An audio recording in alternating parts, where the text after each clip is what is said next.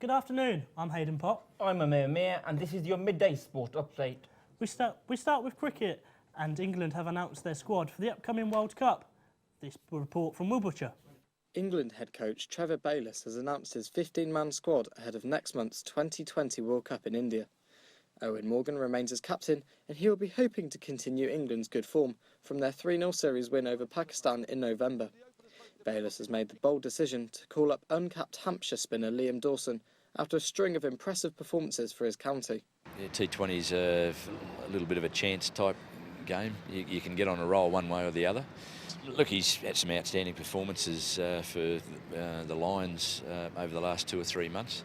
I've watched him a few times at practice. He certainly, personality-wise, he's got something about him. He bats, bowls and fields, an all-round package. It's exciting to watch a young player get his opportunity. And elsewhere, Australia batsman Steve Smith has replaced Aaron Finch as 2020 captain only a month before the World Cup starts.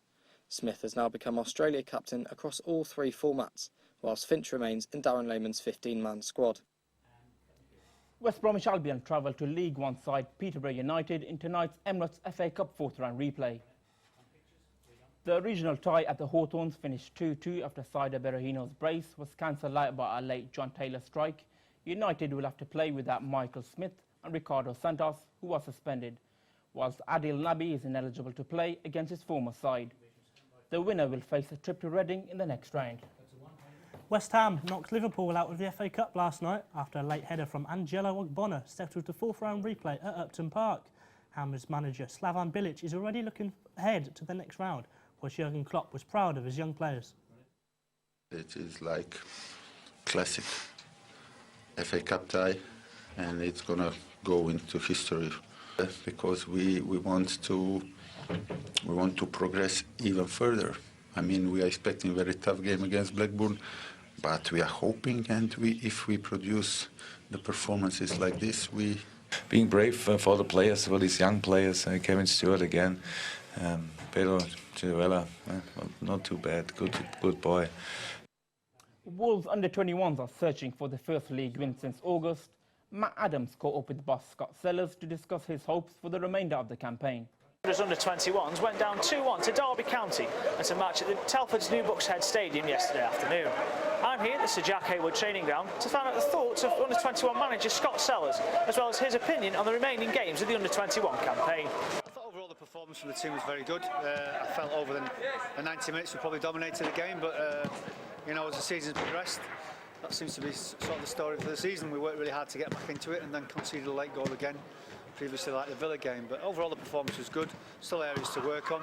These are a lot of young players, and we'll keep working on them obviously every day. Team like Jack Price and McAlinden and also Ryan McCrary in goal. How did you think they came to the game, and do you think that the young players who did play will benefit from playing with those guys? Yeah, definitely. I mean, there's some experience in there, some really good characters as well. So I think in terms of learning the game, I think the young players learn a lot playing with them.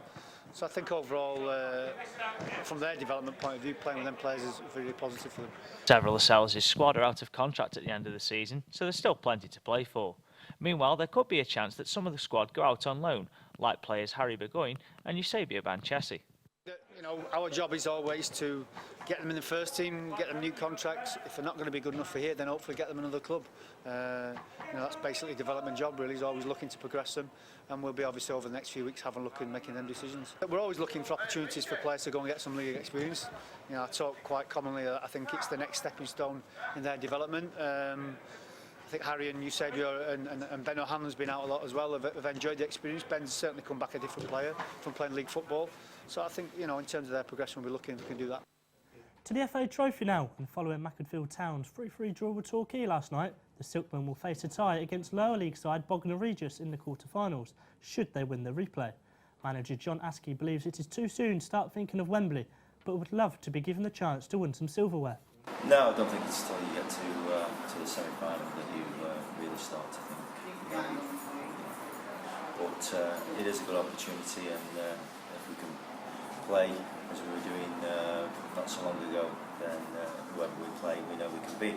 So it is a good chance to give the sport something to cheer about, and it's a long time since we won a decent competition. Henvestein are fighting against a drop in the National League North. Alex Dickens reports from Keys Park. Hednesford Town have enjoyed a difficult season so far, with just goal difference keeping them above the National League North relegation zone.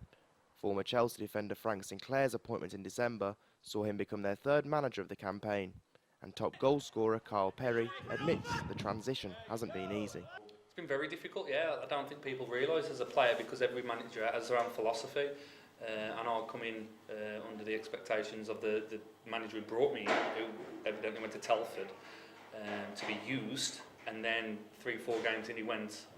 The new manager didn't believe in target men, which is my job, so, you know what I mean, it's on the chopping board straight away. Things didn't go to plan for him, and, you know, I wish him all the best. You know, things were said here, but I wish him all the best. And the gaffer's come in, obviously, with his pedigree, footballing pedigree, fantastic. He's brought young lads in with the lads who have got experience, and it's a good formula. The Pitmen's game against Stockport County on Saturday was postponed due to a waterlogged pitch. No fewer than 4 of Hednesford's fixtures have fallen foul of the weather over the last 2 months, leaving assistant manager Chris Millington clearly frustrated. It's tough, and it affects training as well, so people forget, you know, myself and the gaffer came in mid-December, and we hit a run of bad weather, which, like you say, not only affects games, but also training. So it affects what we can do in terms of preparation and trying to get the players into the mindset that we want them into, and understanding the type of play we're looking to commit to. So the weather has had an impact on that, and the cancellations, the postponements do affect that. But now we're into a time when we'll have a good run of games, and they come thick and fast at this time of year. Former Port Vale striker Perry is the lead singer for Midlands band Stubblemelt during the day, and understands that he and his teammates will have to be in tune if they are to avoid a first relegation in 10 years. We've got 6 games this month, so, you know, there's enough chance, enough time for me to turn it around personally. But, you know, it's a great dressing room at the minute, and I'm excited to be playing again. A reunion of England's 1966 World Cup winning squad is going to be held in Stoke-on-Trent to commemorate the 50th anniversary of England's triumph. But with sustained attack, the goals must come. Then Jeff Hurst, cool and collected, had the ball in the net. No! To be here as winners of the FA Cup has often been described as the summit of a footballer's ambition. How much greater.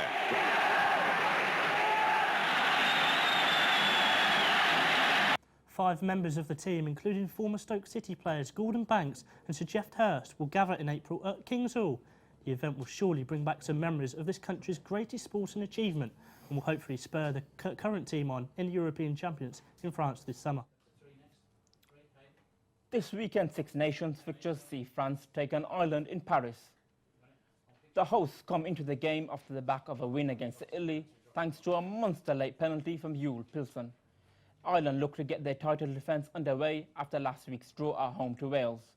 The Welsh host Scotland, with both sides looking for their first win. Ireland travel to Italy and have included Josh Beaumont, who could make his debut. England have never been beaten by Italy and will be looking to keep that record intact. Over to social media now, and Joe Nelson has the latest.